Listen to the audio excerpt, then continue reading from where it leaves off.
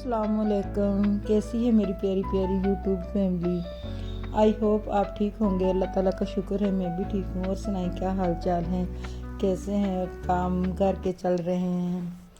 अल्हम्दुलिल्लाह। मेरा बेटा यूनिवर्सिटी से आया था तो वो काफ़ी दिनों से कह रहा था कि मम्मा ज़रा थोड़ी सी सर्दियाँ आएंगी तो फिर मैं ना मुझे कुछ बना के देना, तो मैं नाश्ते में फिर ना वो खा लिया करूँगा। तो आज ना मैंने फिर उसके लिए बेसन, ये है ना हमारे घर के पास ही ना वो हाथ खुद बनवाते हैं बेसन फ्रेश माशाल्लाह से। वो उधर से बेसन मंगवाया।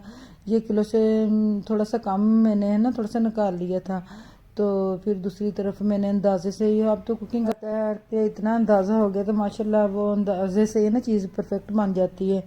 तो वैसे भी है ना जो चीज़ आप कुकिंग करनी हो या कोई भी काम करना हो वो मैं हूँ या आप हो, वो दिल लगा के और बिस्मिल्लाह पढ़ के और खुश होकर करें ना, तो वो खाना चाहे हो चाहे कोई और दूसरा जो भी काम हो वो माशाल्लाह बहुत अच्छा होता है और खाना तो बहुत अच्छा बनता है। मैं तो जब भी कुकिंग करती हूँ ना फिर बिस्मिल्लाह पढ़ कर दिल लगा के करती हूँ, अगर क्योंकि इसमें ना वो अगर दिल ना लगाएं तो फिर खाना मज़े का नहीं बनता। और वो जो है ना कच्चा पक्का भी जो मुझे नहीं पसंद है, क्योंकि जो कसर सालन बनाने में रह जाती है ना जो चावलों में जो गोश्त में, फिर वो जितना मर्जी बाद में किए जाएं लेकिन वो ठीक नहीं होता। आज मैंने तो आलू गोभी जो ना पहली दफ़ा ही बनाई है काफ़ी देर बाद। तो क्योंकि मुझे वो कभी कभी मैदे का इश्यूज हो जाता है ना, तो इसी वजह से फिर मैं ना सोच समझ कर वो खाना बनाती हूँ और खाती हूँ। तो ये मैंने ना फिर वो मट्टी के हांडी में ना बहुत मज़े की गोभी आलू गोभी बनी थी। ये बाकी भी गई थी और वो जैसे चावलों हो जैसे है ना खड़े खड़ी भी रही और इतना मज़ेदार सालन बना था माशाल्लाह। तो मेरा बेटा जो है ना वो मसर कहता था मम्मा मेरे लिए मसर, मैंने गोभी नहीं खानी। वो ना गोभी आलू मटर कोई सब्ज़ी है ना बहुत कम सब्जियाँ खाता है। तो फिर मैंने उसके लिए, क्योंकि घर वाले सालन में ना बरकत होती है, तो बाज़ार से हम लेके भी आएंगे। मेरे हस्बैंड ने तो बोला था कि तुम इतने छोटे दिन है ना दो सालन बनाती तो मैं से बाज़ार से कुछ ना कुछ इसके लिए ले आता।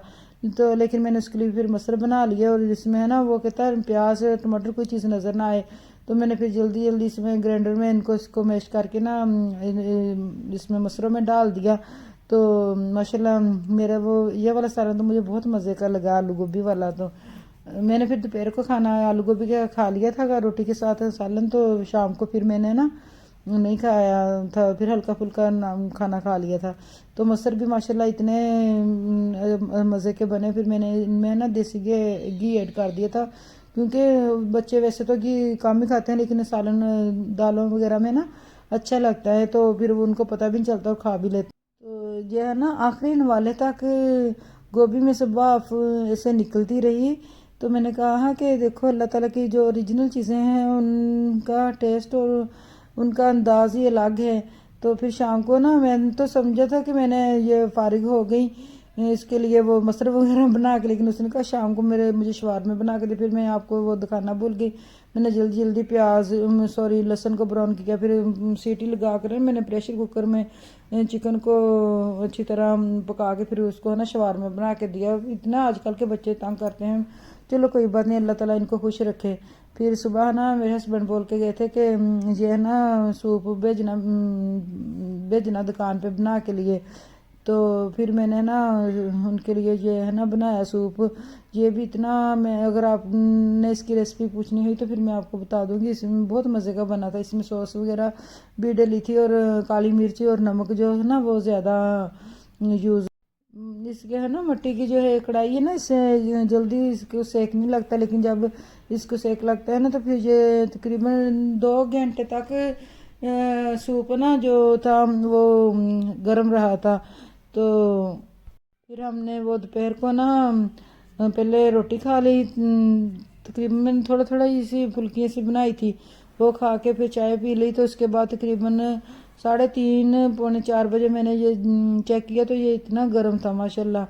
तो पहले मैं बनाती थी तो सॉस और वो चिली सॉस और ये चीज़ें दूसरी जो थी ना वो ऐड नहीं करती, तो वो इतना टेस्टी नहीं होता था। लेकिन आज मैंने ये डाली है तो ये बिल्कुल वैसे जैसे शादियों वाला नहीं होता वैसा बना है। सिरका मैंने बहुत कम डाला था, ज़्यादा नहीं इसमें डाला था।